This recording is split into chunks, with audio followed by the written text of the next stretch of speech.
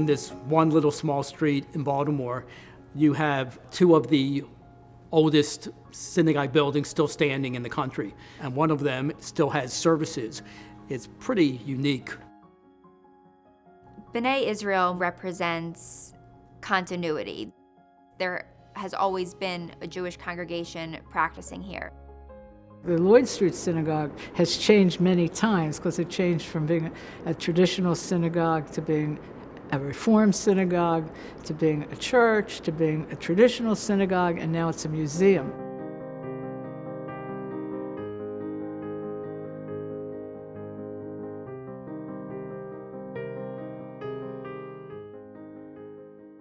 The city was founded in 1729. By the 1780s or 90s, you do have recording of Jews living in Baltimore. Baltimore was actually the second largest port behind Ellis Island, so a lot of immigrants, when they came off the boat, ended up settling in this area in Jonestown.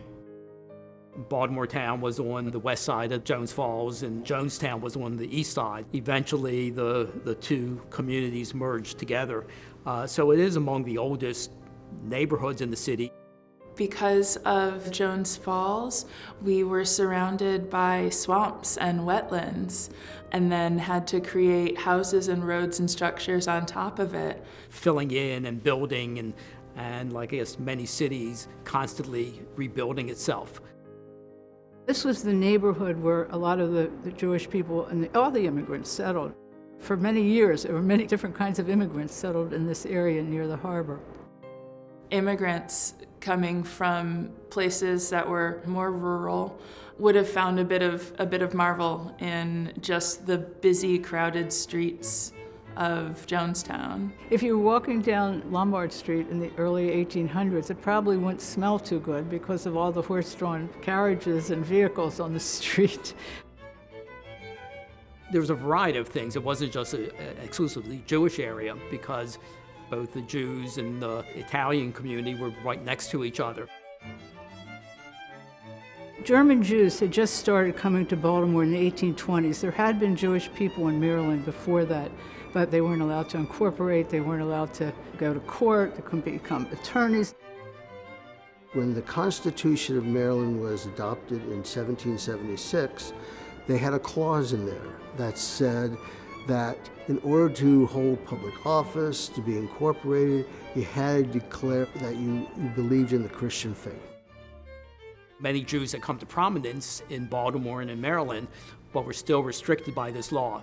But finally, a gentleman from Western Maryland, Thomas Kennedy, he took it up as a cause. A non-Jew said this is wrong, and he fought for years and years. He kept bringing up this bill to remove that declaration, and finally in 1826, what they call the Jew Bill was passed, which means Jews didn't have to make that declaration of Christian faith. So that meant that Jews could incorporate, they could hold public offices, they could become lawyers. And in 1829, the first congregation was established in Maryland, which later became known as the Baltimore Hebrew Congregation. And by 1845, they built what we now call the Lloyd Street Synagogue.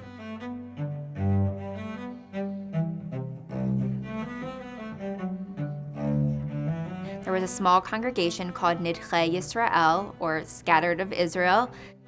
They met in various homes and various buildings until they acquired more wealth and were able to build this beautiful structure in 1845. There was an article in the paper on September 25th, 1845, talking about the synagogue, and then they were actually dedicated on September 26th. We think perhaps they might have named themselves Scattered of Israel to either reflect the fact that we're scattered all over the world, not all in Israel, or that perhaps the different congregants were scattered around different neighborhoods, and this synagogue is what brought them together.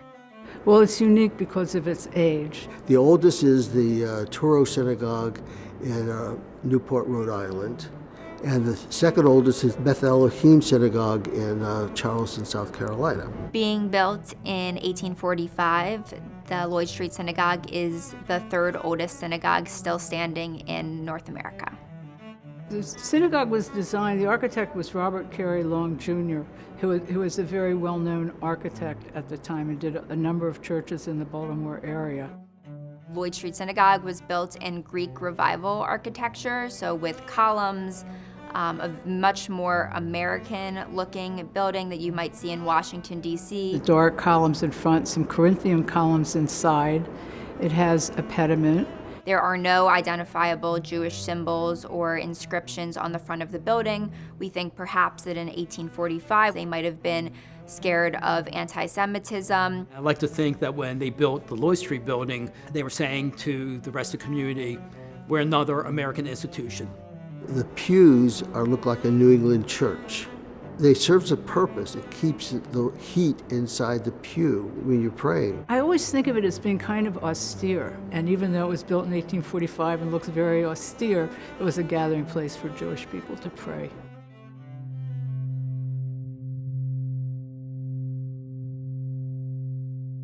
When the synagogue was built, by that time, they had to change the name from Nikshai Yisrael to Baltimore Hebrew. Synagogue is a house of prayer for Jewish people.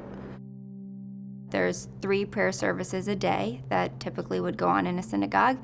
And then on the Sabbath, on Shabbat, there would be different services, one on Friday night, one Saturday morning. You make friends through the members of the synagogue, and you do things with them. There could be different ritual life cycle events. When a baby is born, there could be a baby naming for a girl or a bris circumcision for a boy. You don't have to have a structure like this. You can pray in a house, but Jewish people tend to like to build structures with bimas and arks and all the attributes. A bima is the location where you usually do the Torah reading, where the rabbi will give its sermon. An ark is a decorated cabinet that the Torah scrolls sit in. Well, I mean, Torah first is the first 5 books of Moses, which is the mitzvahs, all the commandments that Jews were commanded to obey. Typically, when the ark is opened, everybody in the congregation is asked to rise to show respect for the Torah scrolls and for God. Initially, I would say they were very observant, and they would follow all the traditional laws. I imagine that the prayers were pretty intense. The rabbi's sermon was in German, and I'm sure the people were very dressed. They were not in casual clothes. Rabbi Rice was the rabbi here, the first ordained rabbi in the United States. He was very adamant in keeping the traditional Jewish practices alive. You would come in and you would see the men sitting in the lower level with their talit on and their yarmulkes. For me as a woman, it would have been hard to tell what was going on because I would have been up in the balcony. The women would be in the upper level, the balcony area, so men would concentrate on their praying and not thinking about the women.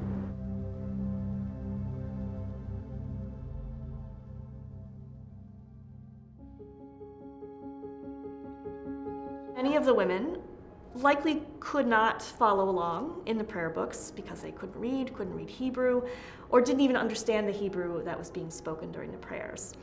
But what we do know from oral history recordings, there was always at least one woman who could follow along in the prayer book and would translate for the women around her. We don't know for sure if Ida Bearman was one of the women who was translating for her friends and neighbors, or if she was simply following along the book herself.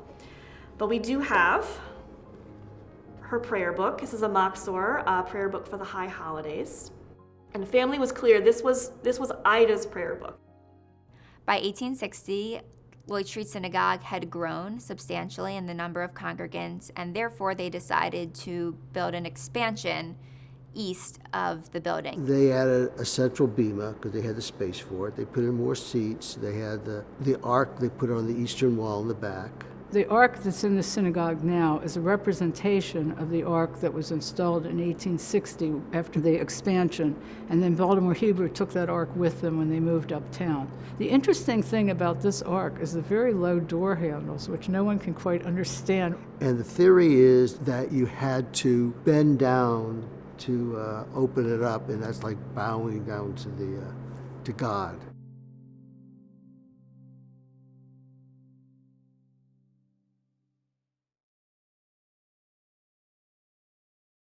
Originally, a lot of the Jewish immigrants were peddlers, and then they went from peddling to having a store. There was pressure to work on Shabbat in order to make enough money to feed their families, and they were assimilating into American life, which didn't necessarily revolve around keeping Shabbat. Orthodox practice has long been where you take the commands in the Torah and they are obeyed very literally. And one thing is not working on the Sabbath, on Shabbat. Rabbi Rice was not happy that these congregants would work on Sabbath. He did not want to allow any man who didn't keep Shabbat to be able to have an aliyah or be called to the Torah to say a blessing. Well, the congregation was very unhappy with that. And so they came to a compromise.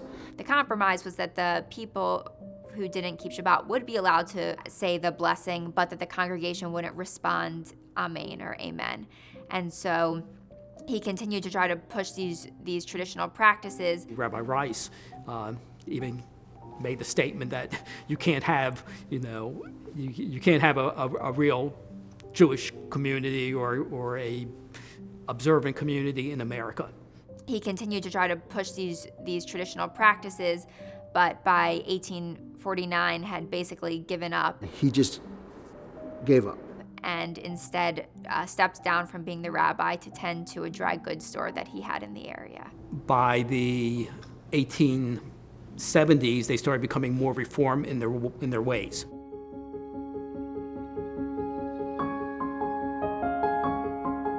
All 5 congregations that use these 2 buildings had rules for decorum, behavior, and they had to enforce those rules.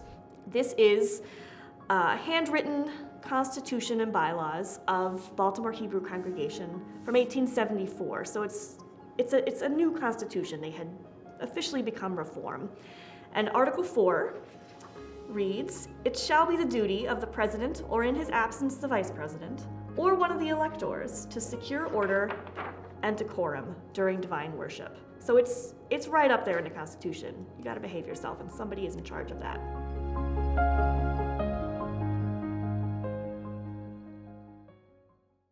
Tensions amongst the members must have been pretty strong because members kept breaking off to form other congregations, which is not unusual in Jewish synagogues. As the Baltimore Hebrew congregation grew, it wanted to push the boundaries on Orthodox Judaism. And so in 1870, they voted to allow women to sing in the choir. In an Orthodox congregation, that would not have been allowed. Which was the last straw for some of the members, including Jonas Friedenwald. And he had a lot of influence. And so they decided to create a breakaway congregation. That's when a group from Lloyd Street broke off, called themselves Chizkamuners, and built this building, I think 5 years after they left, right down the street from their old shul. In 1845, when the Lloyd Street Synagogue were built, there were 1,500 Jews living in Baltimore. In 1876, when Chazak Emunah was built, there were 10,000 Jews living in Baltimore. This seemingly humble little wooden mallet here is very important to the construction of Chizak Emunah. It was owned and used by Henry Berge, a German immigrant, not Jewish, interestingly, who made his living as a stonecutter, and somehow Chizak Emunah identified him as the man to design their new synagogue. He was paid $100 for the designing the synagogue and $760 for finishing the limestone, which is such an important feature of the facade. The facade is it's Moorish, so it's Moorish architecture. By the time this building was built, I think Jews are more secure in saying we are a Jewish institution. And even though some elements are somewhat church-like with sort of a Gothic arches, there are also religious symbols. So at the very top, there are the tablets of the 10 Commandments, and there's also different Jewish writings, Jewish inscriptions, and you can tell that it is a synagogue building. There are 18 steps to climb to get up from the ground floor into the sanctuary space. And 18 is Chai, which means life. Immediately in front of the ark is the bima. It's actually circular with almost an outer rim around it, surrounding the people who are standing there. The differences between this building when it was first built in 1876 and today, I would think are fairly minor. There probably wouldn't have been carpeting on the floor, all the small light bulbs around the ark. That probably wouldn't have been there in 1876. The gaudy lights around the ark, they were installed not originally. The original architect did not put those in. The ark is a little difficult to describe because there's so much to it. If you look at the wall, besides the areas under the balconies, it's almost the entire ark. At one point, you see these carvings on it. It's like vines and flowers. And thinking that when you go to open the ark to take out the towers, you say it is a tree of life. You have these vines, and it's very organic, and you sort of have that tree of life kind of symbolism on it.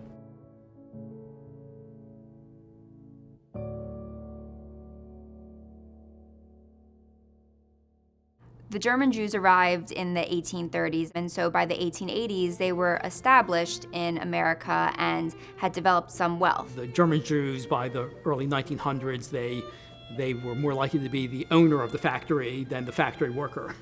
Very few of them were living down here in this part of town anymore, in Jonestown. Most of them had moved to the Utah Place area. So it was too far to walk to synagogue. And then toward the later 1800s with the pogroms in Russia, a huge wave of Eastern European immigrants came to Baltimore. The synagogues, the businesses, the organizations were very interconnected. This was a neighborhood. When you get into the 1890s and early 1900s, Jonestown became known for having a Jewish community here. It was almost like the Lower East Side of New York as far as Lombard Street sort of being this big mercantile area.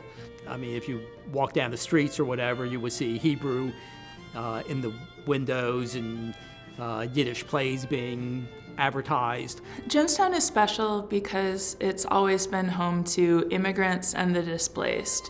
Whether you're moving because of environmental reasons, social persecution, religious persecution, Jonestown welcomes people. There are still some delicatessens that are still here. Atman's has been here since 1915. Even though they're no longer kosher, they're still a traditional Jewish delicatessen. On the south side, I can remember the first store being Sailor's Dairy Store. Then there was Garfola's, Italian's Market, at Dubin's Confectionery, Jake Zell's Delicatessen, Smelkinson's Dairy. We have the Reginald F. Lewis Museum, an African American history museum, the Star Spangled Banner Flag House. We also have the McKim Center, which originally was known as the McKim Free School, started by a group of Quakers. Communical Academy, which is a major Jewish parochial school, which still exists. JEA, which was the Jewish Educational Alliance. So it was really a center, especially for that Russian or Eastern European community. When Chazak Amuna left this physical building, they moved to Northwest Baltimore, just south of Druid Hill Park, where a lot of Jewish families were moving at the time.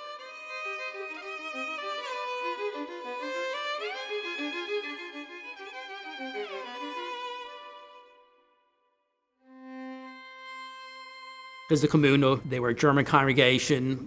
They left in 1895, and they sold it to B'nai Israel, which was a Russian congregation. Actually, the formal name is B'nai Israel Russian Congregation.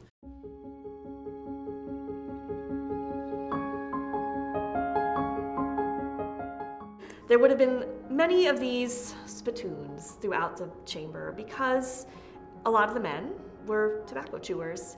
We have documentary evidence that Baltimore Hebrew at Lloyd Street and B'nai Israel felt that spittoons were a necessary part of setting up a new synagogue.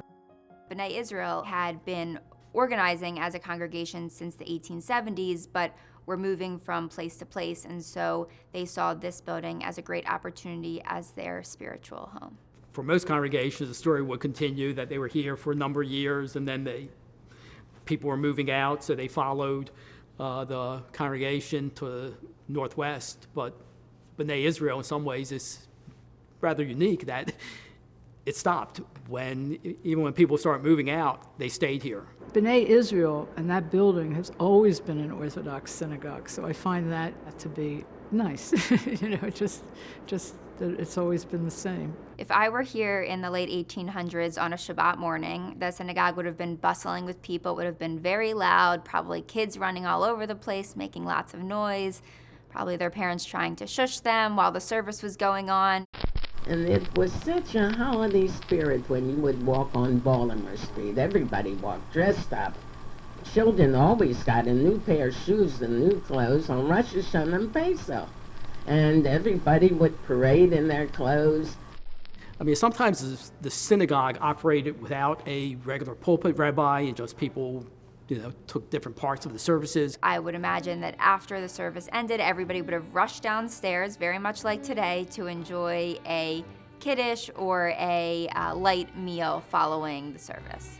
A rabbi who was here for many years, Rabbi Pliskin, he began in 1939 and really was leaving Europe at the time when the Nazis were taking over Europe. And you just think about all these things and everything that the Jewish community has gone through since 1876 that people were, talking about it and dealing with in this same space.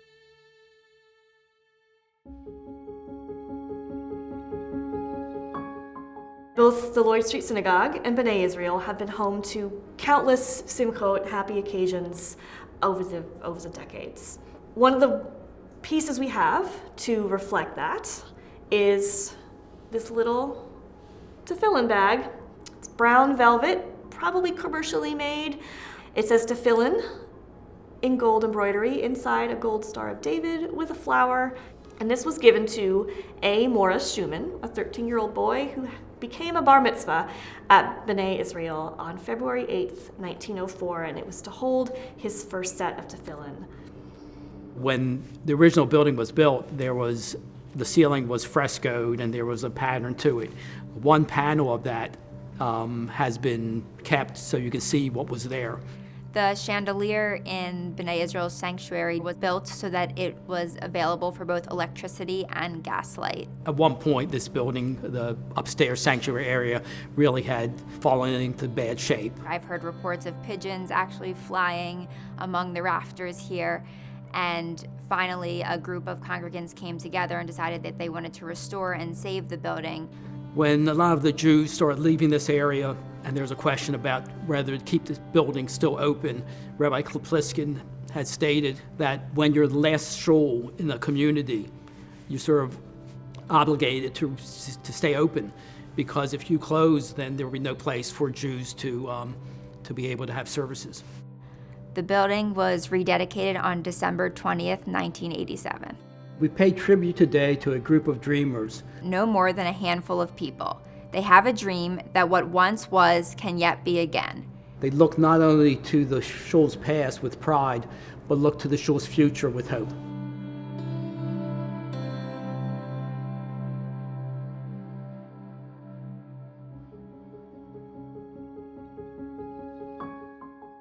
All of the congregations that used the two synagogues had a couple things in common, including an emphasis on education and schooling. This little Star of David pendant made of sterling silver, and it was given to Fanny Frank, who was 11 years old, upon her graduation from the Baltimore Hebrew Religious School by Dr. Rabbi A.S. Bettelheim.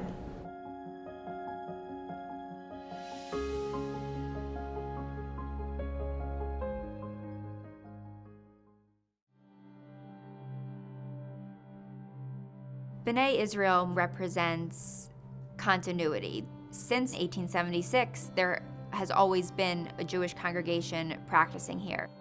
Lloyd Street is more the story of change. It starts out as very traditionalist, then it goes into non-traditionalist, then it becomes a Catholic church. So as German Jews moved out of this area, there became less and less congregants who were attending the Lloyd Street Synagogue. And so the synagogue decided to sell the building. At that time, the Lithuanians were coming into the area, and they were praying at a Polish church. They went to Cardinal Gibbons and said, could we please have a parish of our own? The cardinal wasn't crazy about having another Catholic church in this neighborhood because there were already several. But he believed if you prayed in your language, it helped you become more Americanized.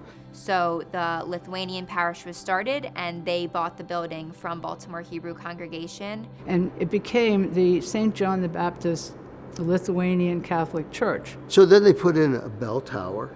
There's no pictures of it, but there's an article in the paper that said Cardinal Gibbons blessed the bell. They moved the seats in the women's section to face the front. They also introduced a crucifix and an altar into the building. The building served as a church for the Lithuanian Catholic people from 1889 to 1905. But what happened was the congregation grew from like 500 to 1,000, so there wasn't enough room in this building for them.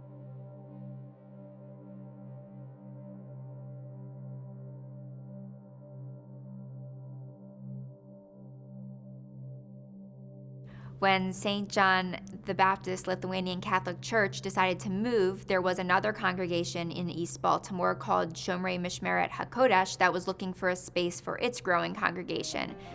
They wanted to purchase this building because they really wanted it to become a synagogue again. But they were poor peddlers and didn't have a lot of funds. So then they went to the Friedenwald family, which is the ones who broke away and formed Hizikamuna, and told them they want to convert this back to an Orthodox traditional synagogue. They lent them $7,000, and with that, they were able to buy the building. So it turned the synagogue back into a space for Orthodox Jewish worship. This is an ark curtain, and it was purchased by Frida Brill, who lived on East Lombard Street, just a few blocks away. Purchased at Friedman's Hebrew Bookstore, which was at Pratt in Exeter. And she bought it for Shomrei Mishmeres, her home shul, in honor of the fact that her 3 sons, perhaps why there are 3 Stars of David, came home safely from World War II. Shomrei Mishmeres HaKodesh, their rabbi, first rabbi, was Avraham Schwartz. And he was a renowned scholar. He instituted the first Jewish day school outside of New York City, which still exists today, the Talmudical Academy.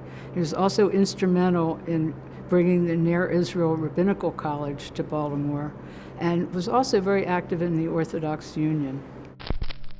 I got bar mitzvah at the Shomrei Mishmeres, which is on Lloyd Street.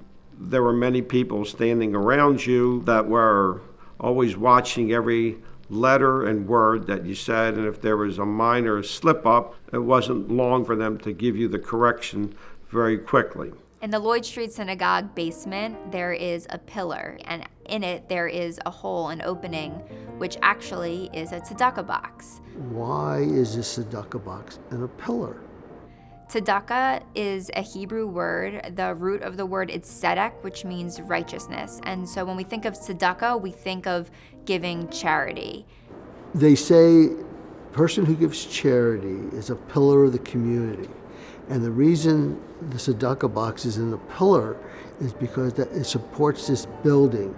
The synagogue installed a matzah oven to have something called shemura matzah. Matzah is what we traditionally eat on Passover. It is unleavened bread, so from start to finish, the process of making matzah is only allowed to take 18 minutes. So I guess the synagogue felt like if they were making the matzah, they'd know that it was absolutely flawless. The stained glass of the Star of David is the oldest known architectural representation in North America.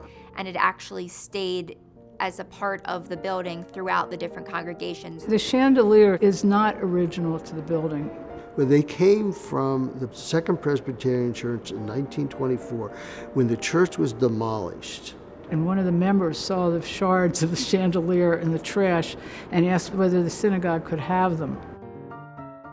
However, the congregation was not happy about that because they didn't think that they should have something from a Christian church hanging in their synagogue.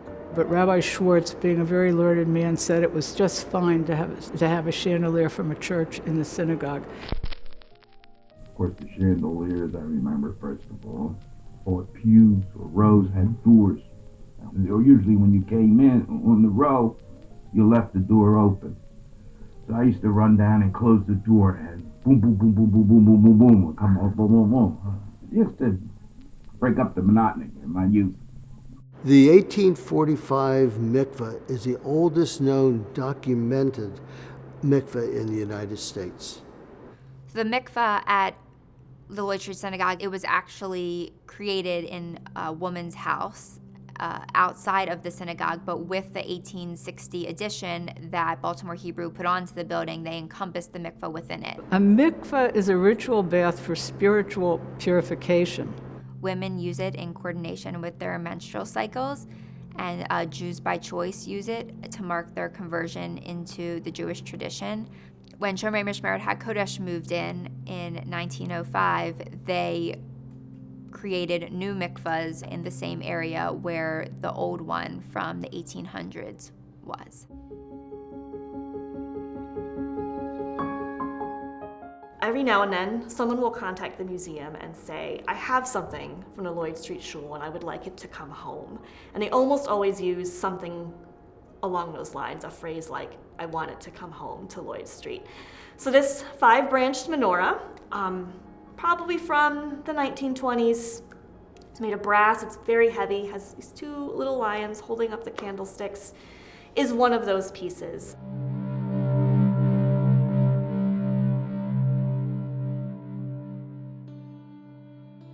Similar to other congregations in Baltimore City, Shomrei Mishmeret HaKodesh lost a lot of their congregants who moved to other areas of the city. They did not want their synagogue to turn into a church. They really were ready to have it leveled and turned into a parking lot.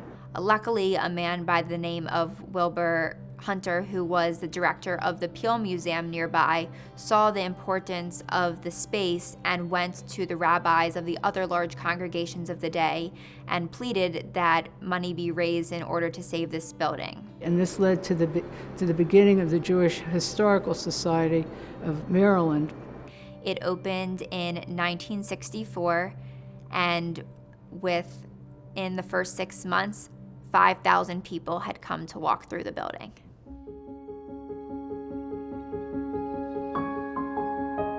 So in 1860, when Baltimore Hebrew congregation extended the building, they built this beautiful ark. Then they took it with them when they left the building in 1889.